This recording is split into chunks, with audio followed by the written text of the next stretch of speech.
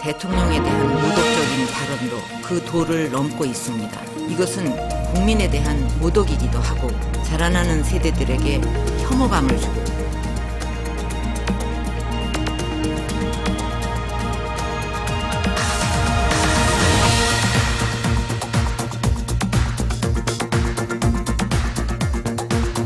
한규영 연구위원 나오셨습니다. 대통령이 야당에 대한 선전포고를 내리고 세월호 유족에 대해서 이제 계엄령을 선포했다. 이런 말까지 나오는 상황이란 말이에요. 지지율도 회복되고 뭔가 분위기도 호전되고 이제는 자기가 전국의 무대로 나서서 장악할 수 있다는 그런 자신감도 있겠죠. 근데 저는 그거보다 좀 감정적인 요인도 있지 않나. 감정적인 요인. 네, 이를테면 서른 의원의 대통령 연애 발언.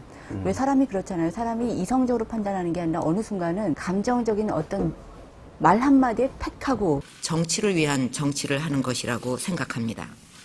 더 나아가 대통령에 대한 모독적인 발언도 그 도를 넘고 있습니다. 그것 때문에 이제 판단을 그르치기도 하는데 저는 그런 점도 있지 않았을까 싶습니다. 여당 안에서도 이번 발언은 부적절했다고 하고요. 조중동에서도 사설로 일제 비판을 했죠. 대통령이 꼭 말을 그렇게 해야 되느냐. 국회의원 세비는 국민들의 세금으로 나가는 것이므로 국민에 대한 의무를 행하지 못할 경우에는 국민에게 그 의무를 반납하고 세비도 돌려드려야 한다고 생각합니다. 또 청와대 안에 있는 사람들도 뭐 그렇게까지 국무회의 발언이 나올 줄은 몰랐다 이러는 걸 보면 의도적으로 계산된 발언은 아닌 것 같고요. 그렇습니다. 한기영 의원 말씀이 맞는 것 같아요. 사실은 연애 발언 때문에 화가 났는데 그러다 보니까 이제 국회의원 그렇죠. 세비도 반납하라고 그러고 세월호 유가족 비난도 하고 특별법 얘기도 하고 뭐 이렇게 다 반응한 것 아닌가. 심하게 표현하면 히스테리컬하게 반응이 나온 것 같다. 감정도 있겠지만요. 그래도 대통령 지지율이 이전처럼 굉장히 이제 내리막길을 걷고 있다. 이런 상황이라면은 아무리 화가 나도 그러지 않았을 것 같아요. 그런데 그렇죠. 최근에 보면은 대통령 지지율이 이전보다 좀 오르자 어떻게 돼요? 한 50% 안팎 되던가요? 50%는 안 되는 것 같고요. 갤럽 조사가 매주 하니까 갤럽 조사를 보면 한 45%까지 오른 것 같아요. 7월 중순 정도에 40%까지 내려갔어요. 그래서 그때 사실상 이제 30%대로 하락하는 거 아니냐 이런 전망이 높았는데 그때 바로 7월 30 재보선이 터지면서 다시 40%대로 회복하고 이런 상황이 지속됐거든요. 그러니까 이제 뭐 지방선거 그런 대로 어려운 상황에서 치러내고 그렇죠. 재보선에도 승리하고 지지율도 회복되고 자신감이 이런데 있는 이제 거죠. 자신의 감정을 건드리는 뭔가가 탁 나오니까 그렇죠. 확 터졌다. 그러니까 상황이 나쁘면 화가 났어도 그런 말을 못했을 겁니다. 그렇죠. 그런데 그렇게 좀 화를 내도 되는 여건이라고 그럴까요? 환경이라고 할까?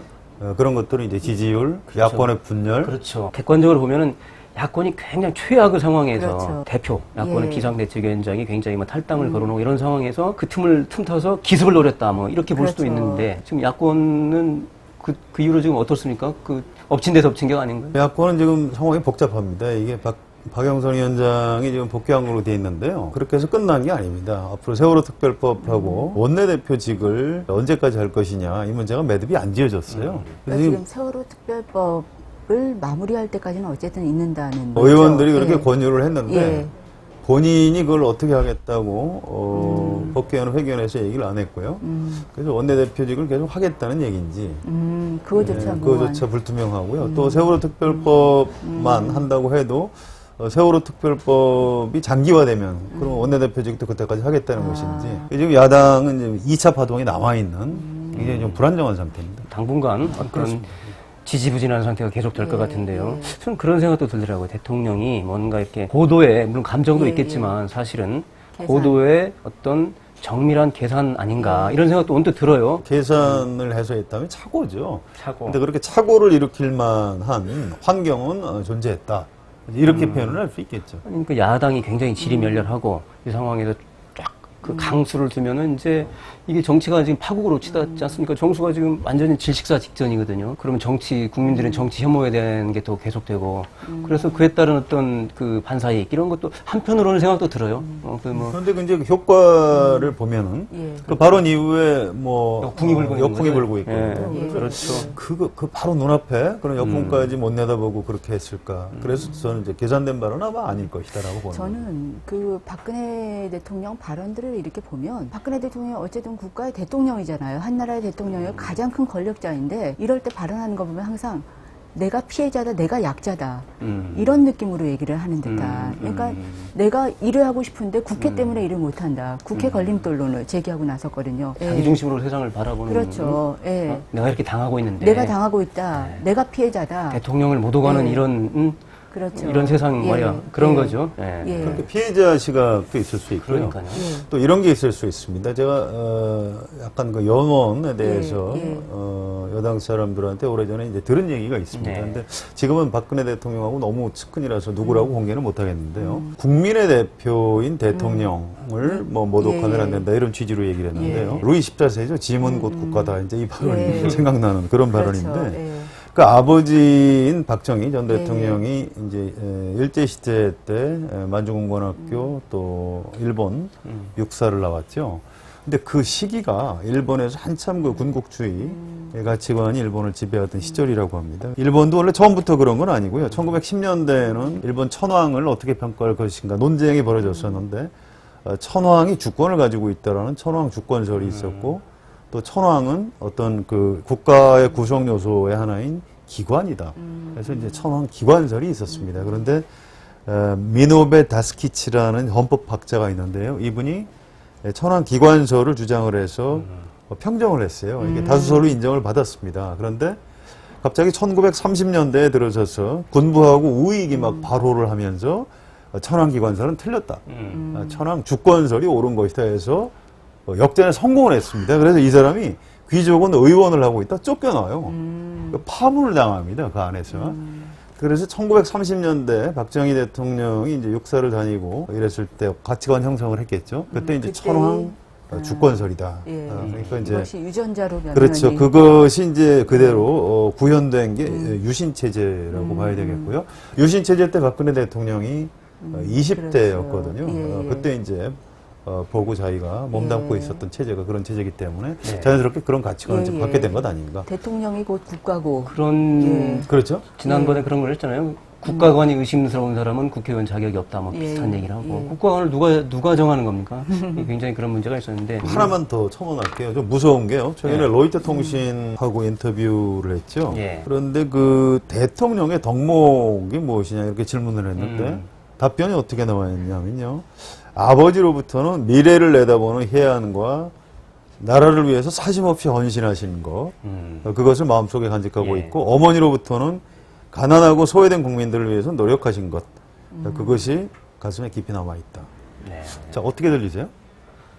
지금 이게 대통령의 덕목하고 어떤 관계가 있죠? 아버지와 어머니가 거기에서 굉장히 무섭지 않습니까? 그렇죠. 이거 아바마마하고 어마마마한테 내가 이런 좋은 덕목을 물려받았다. 이런 얘기로 들려요? 왕권 신수설 비슷한 거. 그렇습니다. 천도적인 그 제왕의 자격을 지녔다. 뭐 그렇죠. 이런 말과 박근혜 대통령이 임기 5년에 민주주의 국가의 대통령일 뿐인데 지금 뭐 이런 사고방식이라면 뭐 본인이 뭐 마치 뭐 영구 집권할 것처럼 생각하는 것 아닌가. 좀 굉장히 위험한 발상이라고 생각합니다. 지금 뭐 여당에 대해서 구체적인 가이드라인을 제시하는 거 보면 이건 뭐 옛날 제왕적 총재가 귀환했다 이런 느낌이 섬뜩하더라고요. 섬뜩하죠?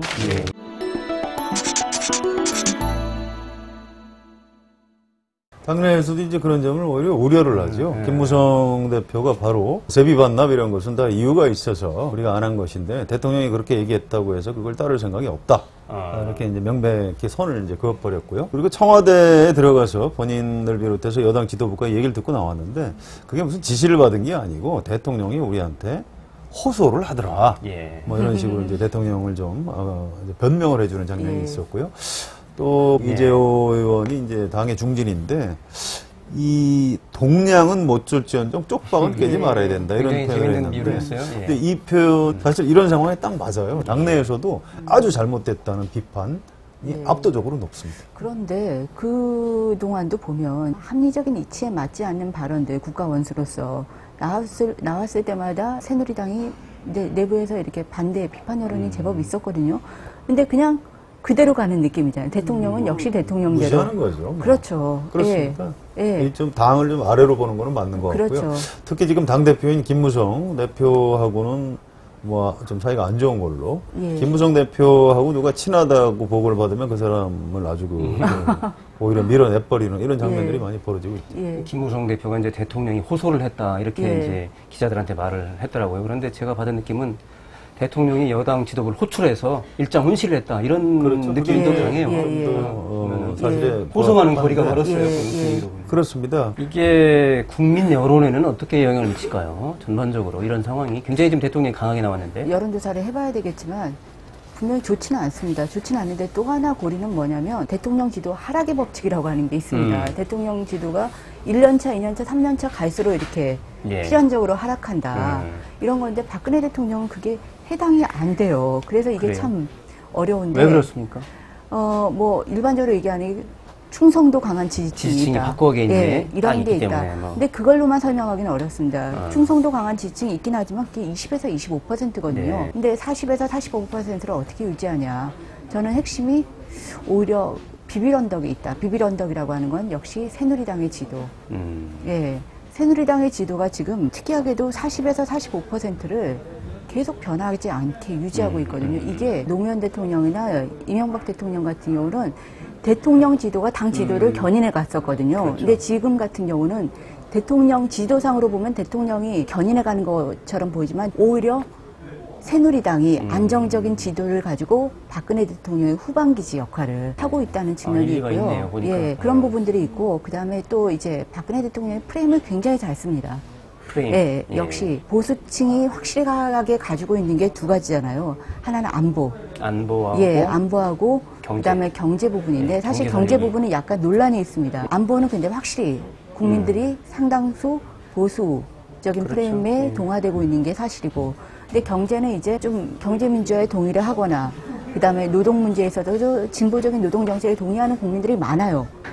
근데 그것들이 정당의 선택으로 이어지지 않고 있거든요. 이런 부분에 있어서 그 경제 부분이 지금 뭔가 이렇게 뻥 뚫려 있는데 박근혜 대통령이 이걸 민생이라고 하는 걸로 확실하게 자기 세력으로 만들고 있고, 예, 이런 측면들이 있지 않나. 민생과 안보 예, 두 예. 축으로 해서 이제 프레임을 잘 짜고 있다는 얘기예요. 조금만 추가하면 아마 이런 게 있을 겁니다. 이제 정치를 오래 하신 분들한테 쭉 이제 이런 얘기를 많이 들었는데요.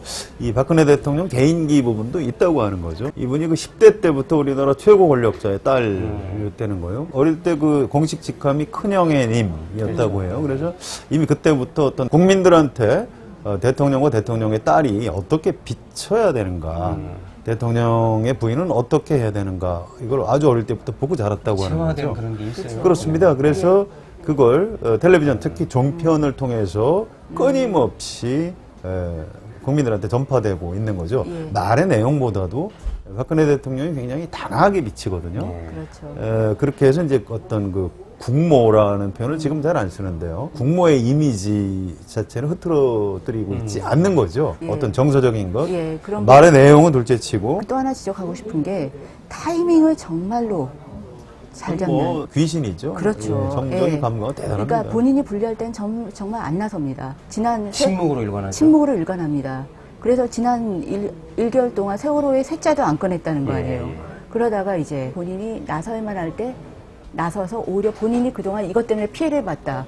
이렇게 하면서 이제 전국을 반전시키는. 사냥을 하는 사자의 모습에 예. 가만히 숨죽이고 있다가 딱 나타나면 그렇죠. 그냥 정확한 시점에 공격하는 그렇죠. 그런 느낌마저 들었어요. 예, 예. 근데 이제 이번 것이 이제 사람들한테 참 대통령이 인정이 없는 사람이다, 좀 독하다. 야멸차죠. 예. 뭐 그런 느낌을 줘서 장기적으로는 느낌을 네. 대통령한테 좀 해가 되지 않을까? 이른바 야당 지지층 중에서도 박근혜 대통령이 되기 전에 또는 된 직후에는 뭐 잘했으면 좋겠다. 그렇죠. 예. 이런 정도의 마음을 가지고 있었는데 이런 발언이 쌓이면서 이제 증오감을 갖게 되는 거죠. 예. 이게 아마 장기적으로 치명적인 그럴 수 있어요. 독이 될 가능성이 있다고 저는 그리고 그렇게 이제 봅니다. 야당 지지층들도 그렇지만 특히 이제 중도라고 하는 중간에 있는 층들 같은 경우는 그렇죠. 중도 합리적으로 층한테도. 판단하거든요. 합리적으로 사안별로 합리적으로 판단을 하는데 이 층들이 과연 박근혜 대통령의 독선적인 면, 불통인 면들에 대해서 언제까지 대통령이니까 하고 이해할 것이냐, 이런 부분들에 대한 그런 어떤 부분이 큰 것 같아요. 예, 예. 중도층이 좀 너무 예. 대통령이 좀 너무한다 이런 인식을 예. 심어줄 수가 예. 있겠죠.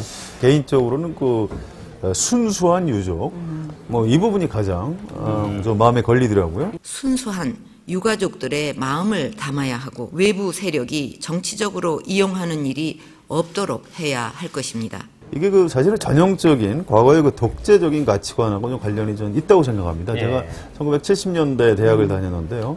그때 그 굉장히 유행하던 말이 어떤 불순 세력 이런 단어가 있었어요. 80년대도 불순 세력이라는 말은 그런 나왔어요. 거예요? 예, 예. 그래서 이제 학교에서도 불순 세력을 색출해서 신고해야 된다. 이제 이런 말들이 있었고요. 국민들을 순수 국민과 순수하지 않은 그렇죠. 국민으로 나누는 거죠. 네. 여기서 이제 불순하다는 거는 결국은 이 반체제 또는 뭐 빨갱이 이제 이런 얘기를 하는 건데요. 자, 이게 어떤 효과를 낳느냐 하면 국민들이 내가 순수 국민이라는 걸 입증을 하려고 막 노력을 합니다. 그래서 경찰이 검문을 하면 갑자기 이렇게 착한 표정을 지으려고 한다거나 예. 또 상호 감시 체제를 만들어요. 주민들끼리 저 옆집이 아무래도 좀 불순 세력인 것 같다. 그래서 신고를 한다거나. 스스로 이제 생각들을 검열하게 그렇습니다. 만드는 자기 검열하게 만들고. 혹시 나는 순수한 국민이 아닌 거 아닌가? 그렇죠. 뭐 이런 거죠. 예. 실제로 제가 중고등학교 시절에 그런 생각을 했어요. 지금 내가 이 박정희 대통령이 나쁜 사람이 아닌가라고 생각을 했는데 내가 혹시 불순한 나쁜 학생 아닌가? 실제로 그랬습니다. 실제로. 근데 지금 박근혜 대통령의 발언 중에 그 순수한 유저 이 발언은 그 정도로 이제 위험한 발언이 어떻게 국민들을 그렇죠. 순수와 불순으로 가릴 수 있습니까? 그 말씀 하시니까 박근혜 대통령 발언 중에서 저는 이게 대중 여론에서는 가장 치명적이라고 생각하거든요. 국민들이 가장 큰 게 유가족에 대한 미안함이잖아요. 제대로 이렇게 내가 할 일이 없다, 할 수 있는 게 없다. 근데 그 유가족을 불순한 세력으로 이렇게 불순한 세력에 오염된 외부 세력의 개입에 의해서 오염된 걸로 그렇죠. 가버리는 거. 넘지 말아야 될 선을 넘었다는 생각이 들어요. 유족에 대한 사실 모독이죠. 그렇죠. 예. 예. 모독은 예. 대통령이 예. 당한 게 아니고 한 예, 거예요. 예. 그렇죠. 국민을 모독하고 유족을 그렇죠. 모독은 다르죠, 사실. 예.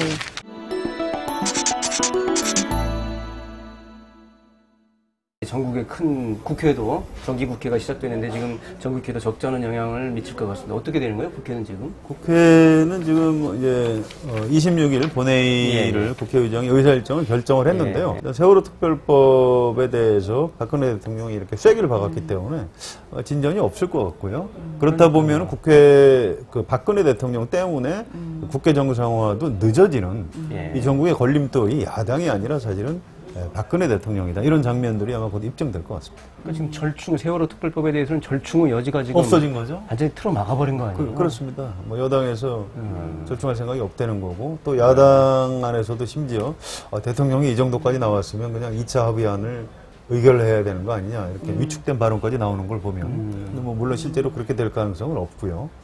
좀 어려워질 가능성이 높아 보입니다. 그러면은 결과적으로 이제 대통령 발언이 전국을 풀 기회를 만들기보다는 뽕뽕이 오히려 이제 또 얼게 만드는 어렵게 만들고 꼬이게 냉각으로 만들고 만드는. 정치를 오히려 질식사시키는 결과를 만들어 버렸는데요. 그럼 여당이 단독으로 국회를 열거나 이럴 가능성은 그거는 없습니까? 안 되고요. 지금 예. 국회법이 국회 선진화법이라고 하죠. 국회법 개정 이후에 사실상 여당 단독 국회는 안 된다고 보시면 됩니다. 저기 정의와 국회의장이 이제 직권으로 의사 일정을 결정을 해서 거기까지 일정까지는 이제 단독으로 할 수 잡을 수 있지만 되는데요. 본회의 소집 권한이 없습니다. 회의를 진행하거나 예, 본회의가 열리지 않게 돼 있습니다. 그럴 수는 없다.